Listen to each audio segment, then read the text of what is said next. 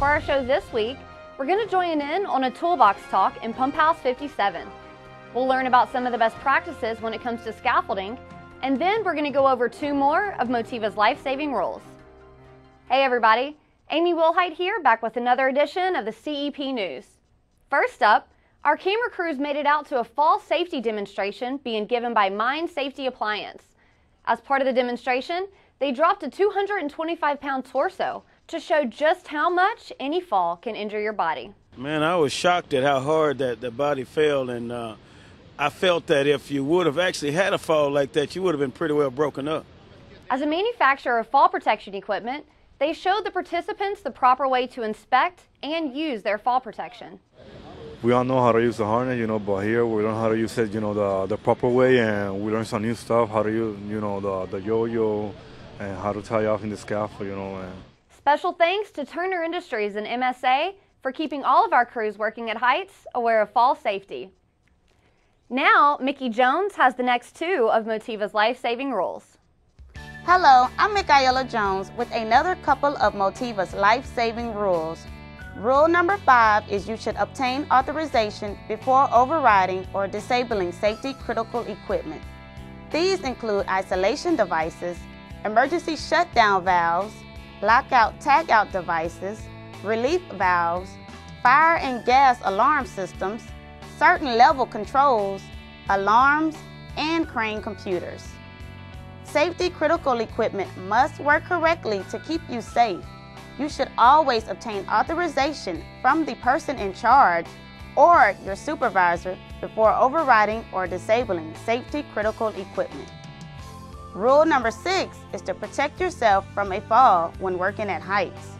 If you could potentially fall from a height of 6 feet or greater, fall protection is necessary.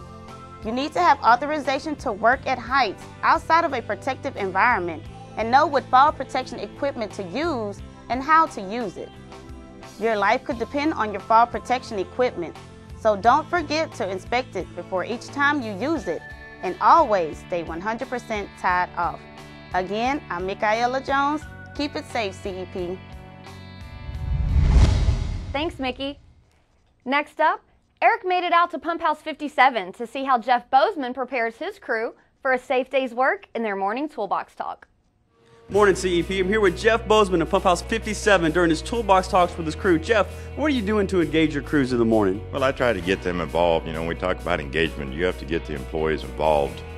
I bring up topics, incidences, trends. Oh, I enjoy working with Jeff. He's a good boss man, lets us work safe, don't let us do nothing unsafe. What kind of topics y'all covering in the morning? Man, everything. We cover everything from slips, trips, falls, the weather conditions, pinch points, fingers. He's a good supervisor, and he keeps us on our toes pretty much. Keeps us well aware of our job task, hazards all around us, surrounding.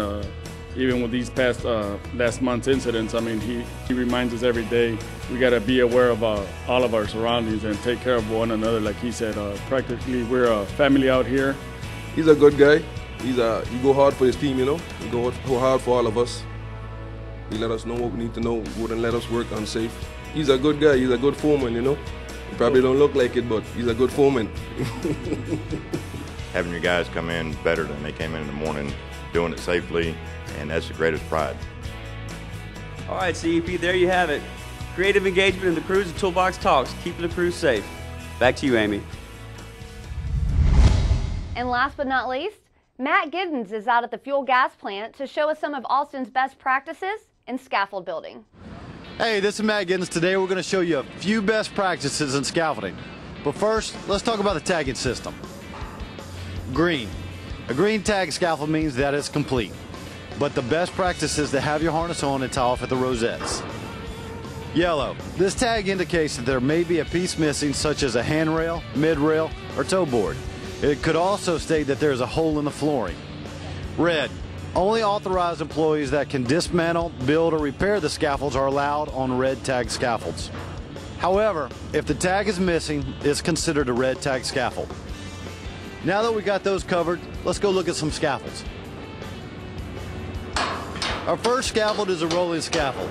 TJ, tell me more about this. Yes, Matt, what we got here is a rolling scaffold First, before any work goes on, wheels gotta be locked. It's a best practice. Austin employees will tie off the scaffold to the structure. And also, as you see, we have a bracket here. It helps to support the ladder. Instead of just having it hanging off the runners, we got an extra bracket here to support the ladder. TJ, I noticed these trusses above us. Is this an OSHA standard? Yes, Matt. Actually, anything wider than 5 foot needs to have a truss or a support in between. Now, I've also noticed the larger ones back here. Yeah, those are 21-foot trusses, 14-foot trusses that are stronger. What it does, it helps us to keep the alleyways clear. TJ, as a safety rep, I always hear about employees falling through missing handrails or mid-rails.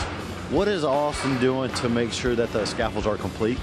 Well, let me get our expert Jorge over here and explain to you what Austin is doing as a best practice to keep our scaffold closed. Yeah, Matt, this is a chicken leg. It enables the scaffold to maintain its structural stability without removing handrails or mid-rails, and still provide an opening for the pipe, as they can be adjusted for different size pipes as well. Jorge, I heard something about crazy legs. What is that? Matt, we do have those crazy legs. Let's go take a look at one. Jorge, is this a crazy leg right here? That is correct, Matt. That's a crazy leg. It's specially designed for the swing gates. It's also designed to be tied off to their rosettes, unlike the standard ones that's a flimsy. Jorge, I appreciate it. TJ and I are going to go look at some more best practices. Yes, sir. No problem. TJ, I noticed the arm on this yo-yo. You think that's going overboard? Not at all, man. That's a davit arm. It's actually designed for a yo-yo. These davit arms are designed to withstand a load of 5,000 pounds of force. I don't think all scaffold poles are designed for that. TJ, tell me more about these ladder cages. That's another best practice that Austin Industrial uses here on this project. What it does, it protects our scaffold users going up the scaffold on the ladders. They feel a little bit more comfortable because they have something around them. Also, Matt, as you notice, we got our ladders on a 90-degree angle. What it does, it helps the scaffold users to access the scaffold easier and safer. And also the 2x4s at the entrance are sprayed orange, so that alerts the personnel there's a tripping hazard. TJ, I want to thank you and Austin Industrial for showing us some of the best practices out here on the scaffolds. You're welcome, Matt. Thank you. Amy, back to you. That's all for this week. Thanks for watching and stay safe, CEP.